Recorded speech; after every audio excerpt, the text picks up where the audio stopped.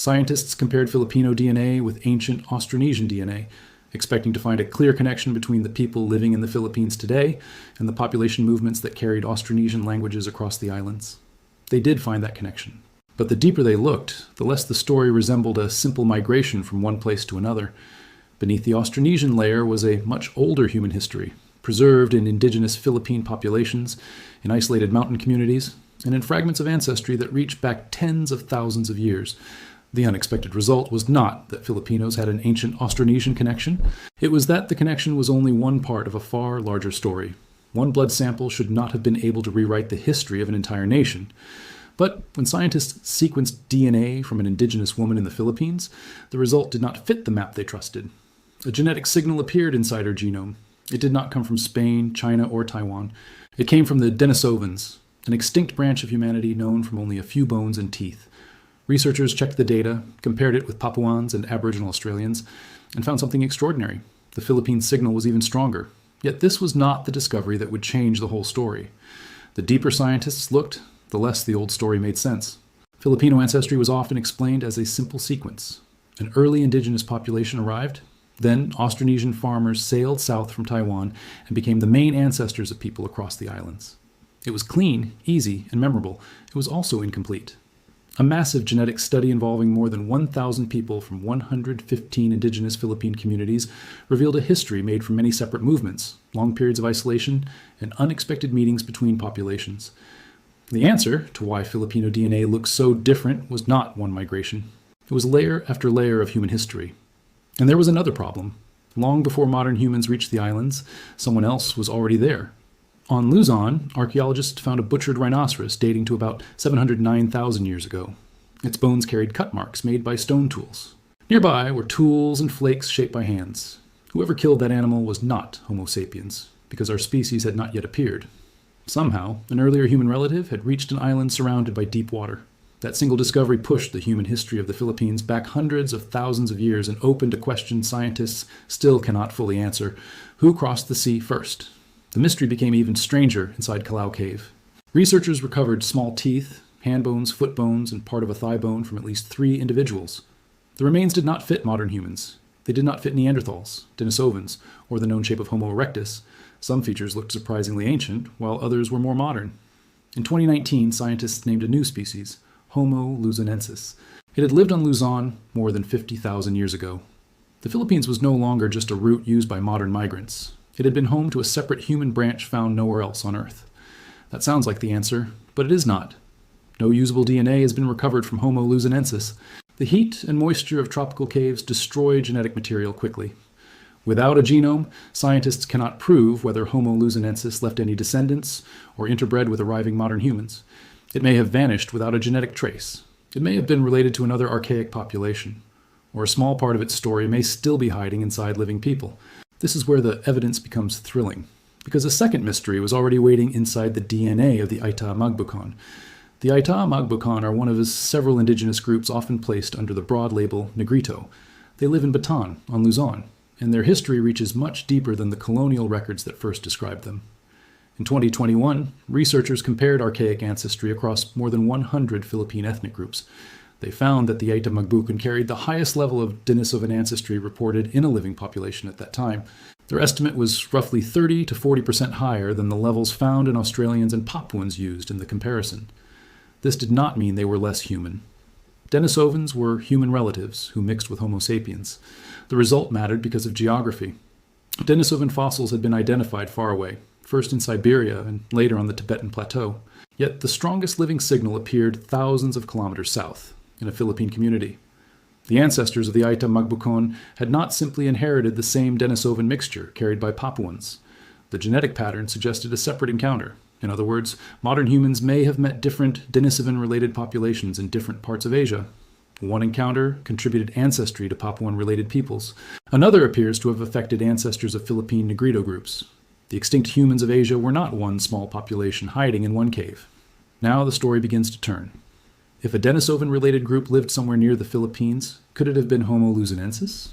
Scientists have considered the possibility, but the evidence does not prove it. The fossils from Calao Cave have no DNA, and physical appearance alone cannot establish a direct link. Homo luzonensis may have belonged to a completely separate branch. Still, the overlap is hard to ignore. An unknown human species lived on Luzon. Living communities preserve an unusually strong signal from an archaic population. Both clues point toward an island world where several human groups may have met, separated, and survived for long periods. This is the first reason Filipino DNA is so different. The islands were never an empty destination. They were an ancient meeting zone. Deep water separated islands, but it did not stop movement. People crossed channels during periods when boats, rafts, or accidental voyages must have carried them beyond visible shorelines.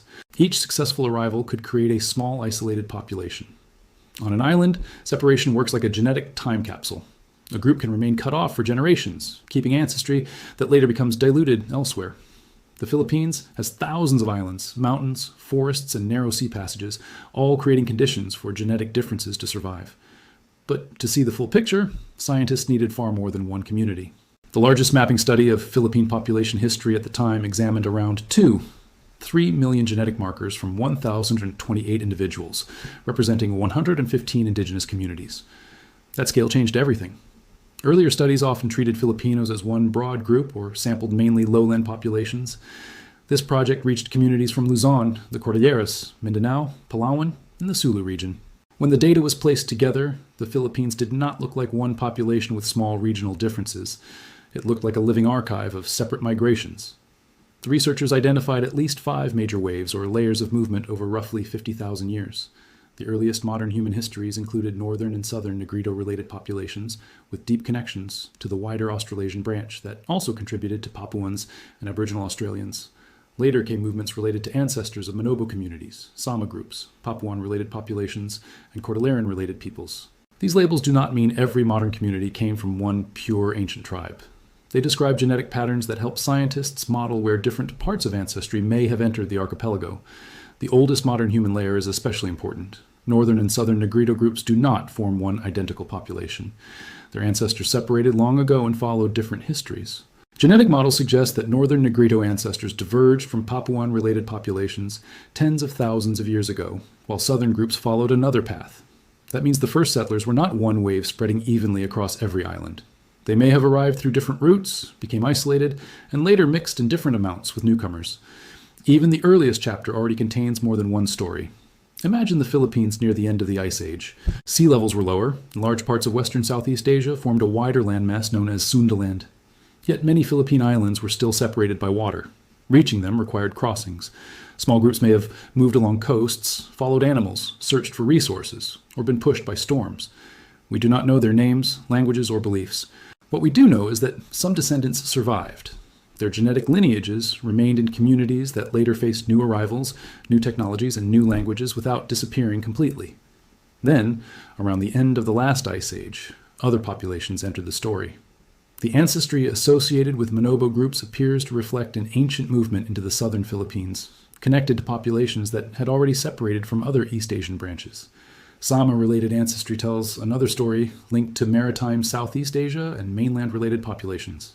These movements happened long before the famous Austronesian expansion, usually placed only a few thousand years ago.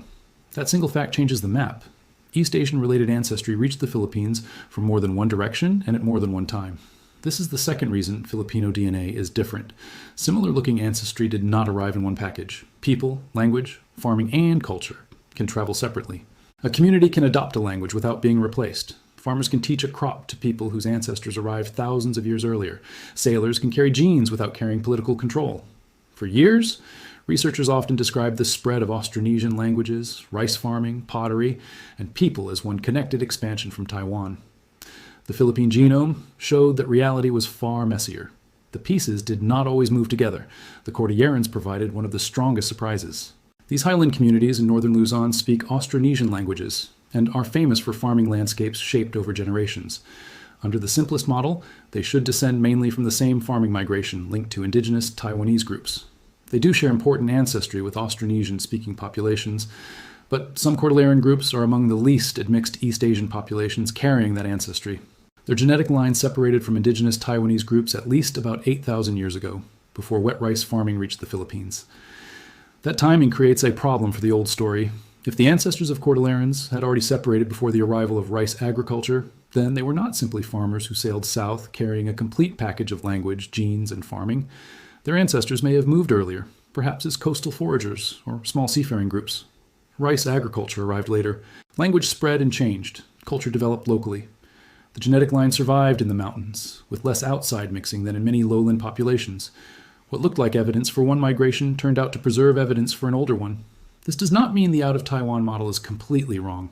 Austronesian-speaking populations did expand from Taiwan and nearby regions, carrying languages and ancestry across island Southeast Asia and the Pacific. Archaeology, linguistics, and genetics all support major movement during the last several thousand years. The correction is that this was not the only important movement, and it did not erase everyone already living in the Philippines. It entered a landscape filled with older populations. In some places, newcomers contributed strongly. In others, local groups adopted language or technology while keeping much of their earlier ancestry. This is why two Filipino families can come from the same country and carry very different ancestral mixtures. A family from the Cordillera Highlands may preserve more Cordilleran-related ancestry.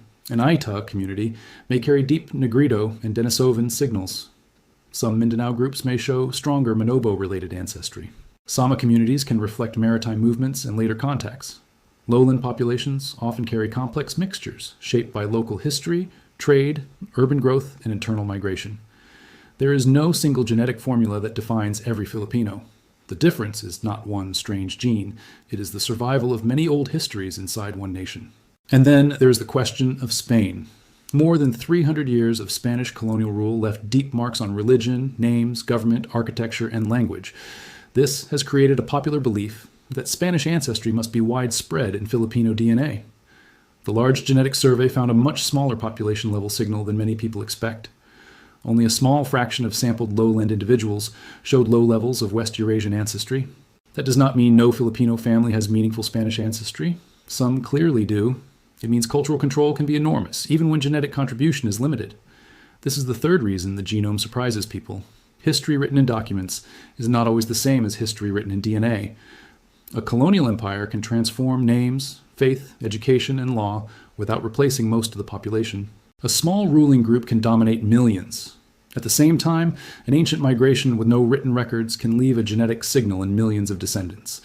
The loudest event in textbooks is not always the deepest event in the genome. Philippine DNA carries stories from tens of thousands of years before the first Spanish ship arrived. But the Denisovan finding still sits at the center of the mystery. Denisovans are known from fragments so small that all of them could fit in a small container: a finger bone, teeth, pieces of skull, and a jaw from the Tibetan Plateau. Their DNA reveals that they were a sister group to Neanderthals, but they were not all genetically identical. Different Denisovan-related populations appear to have lived across Asia. Modern people in Oceania, parts of Southeast Asia, and the Philippines inherited different pieces of that diversity. We know more about some Denisovan populations from living genomes than from their actual bones. For the Aita Magbukon, the high Denisovan signal survived, partly because later East Asian-related mixing was lower than in many neighboring groups. This point is important. The finding does not necessarily mean their ancestors experienced a dramatically larger amount of interbreeding than every other population. It may also mean they preserved the signal while other groups received more ancestry from later migrants, reducing the Denisovan percentage. Genetic ancestry works like colors mixed in water. Add new ancestry, and the older color becomes lighter even if it never disappears. Researchers compared the Denisovan signal while accounting for other ancestry. Their model supported at least 2 separate interbreeding events involving Denisovan-related populations in the wider region. That suggests modern humans entered a world already occupied by several archaic groups. When they met, the encounters were not always violent or brief. Some individuals had children together. Those children joined modern human communities, and small pieces of archaic DNA passed through thousands of generations. Most segments were lost. A few remained. Today, those fragments can help reconstruct meetings that no archaeological site has preserved. The word archaic can make this sound as if Denisovans were primitive creatures. They were not animals or monsters. They were humans adapted to their own environments, capable of surviving across difficult parts of Asia. At least one famous Denisovan-derived genetic variant, linked to high-altitude adaptation in Tibetans, helped people survive where oxygen is low. Other archaic variants influenced immunity, skin, metabolism, and adaptation. In the Philippines, scientists are still studying what the inherited Denisovan segments may do. Some may have effects. Others may simply be silent records of ancestry. This is where many viral titles go too far. They claim that 5% of Filipino DNA is not human, or that an unknown species secretly created Filipinos. That is misleading. Denisovans were part of the human family, and the highest archaic ancestry is found in specific indigenous communities, not in every Filipino at the same level. The Philippines contains extraordinary genetic diversity. Turning that diversity into one sensational percentage erases the real discovery. The truth is better. Living Filipinos preserve evidence from multiple migrations, and at least one ancient encounter with a lost human population.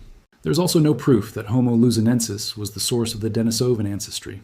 The idea is tempting because both stories meet on Luzon, but science needs DNA or stronger physical evidence before making that connection.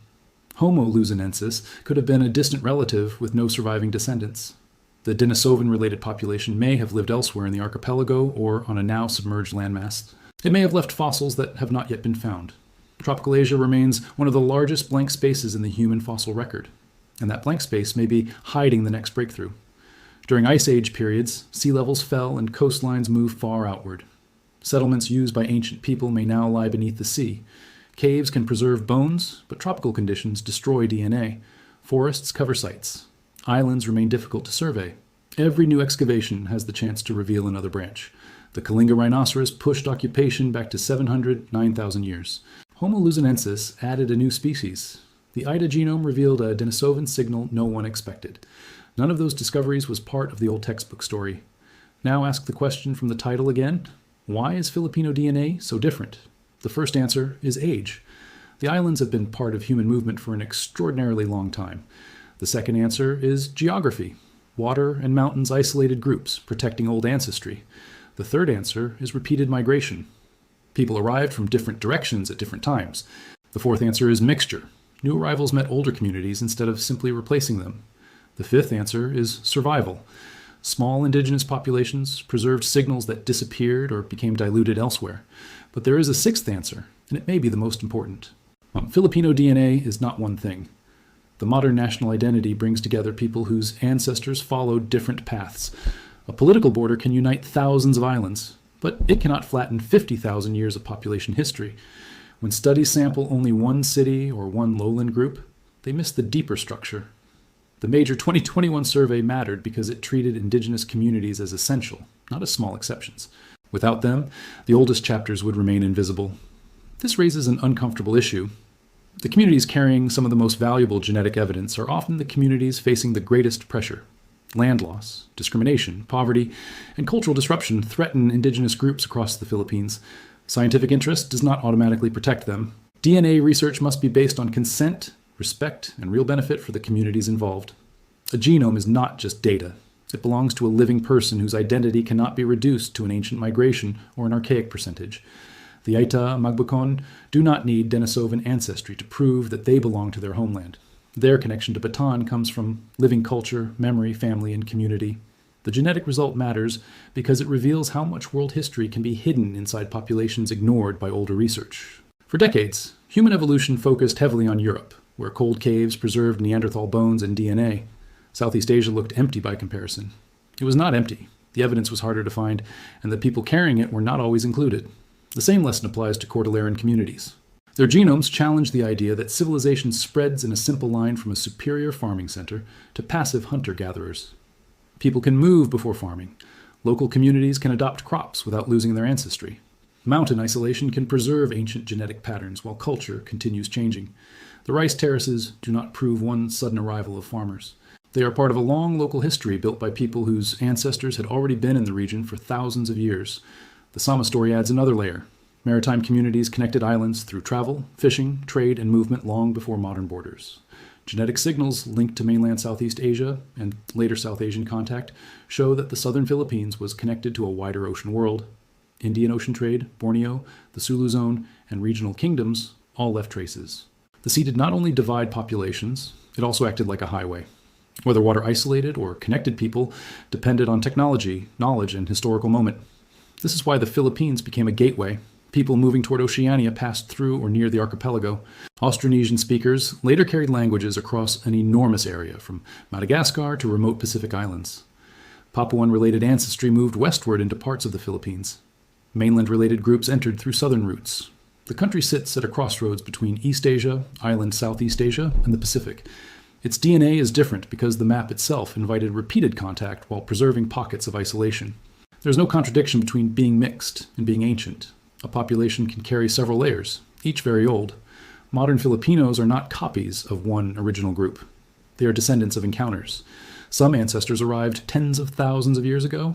Others came during the Holocene. Some moved in recent centuries. Every generation recombined those lines. The genome is not a museum where each migration sits in a separate room. It is a woven cloth, and scientists must use statistics to estimate which threads came from where. Those estimates are powerful, but they are not perfect. The Philippines has not produced large numbers of ancient human genomes because tropical conditions damage DNA. Researchers often infer ancient events by comparing living populations and using models of mutation and recombination.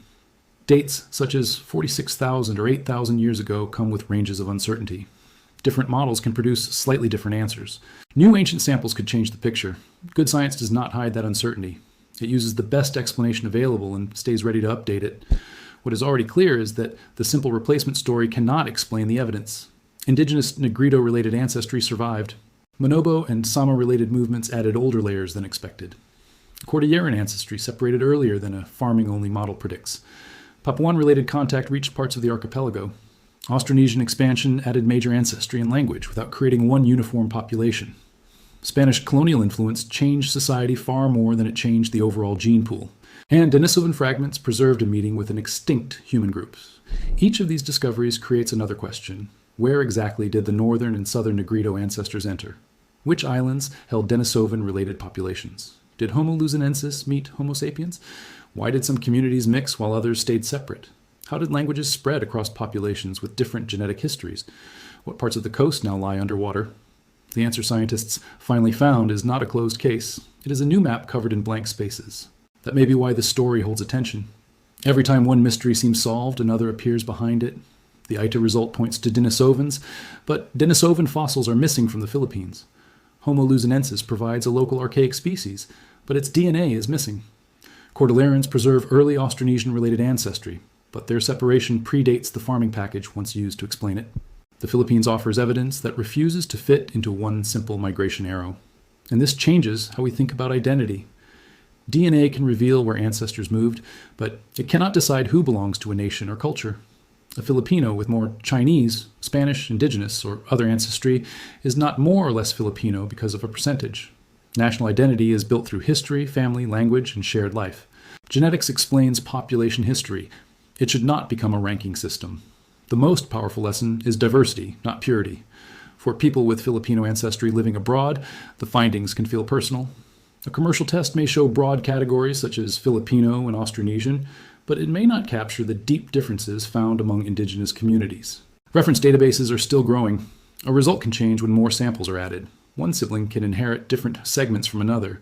The large research studies explain population patterns. They do not provide a perfect biography for one person. Your family history is more detailed than any percentage chart. Still, there is something extraordinary in knowing that parts of this story may be present in living cells. A fragment inherited from an archaic human. A line preserved through Ice Age isolation. A signal carried by sailors across open water.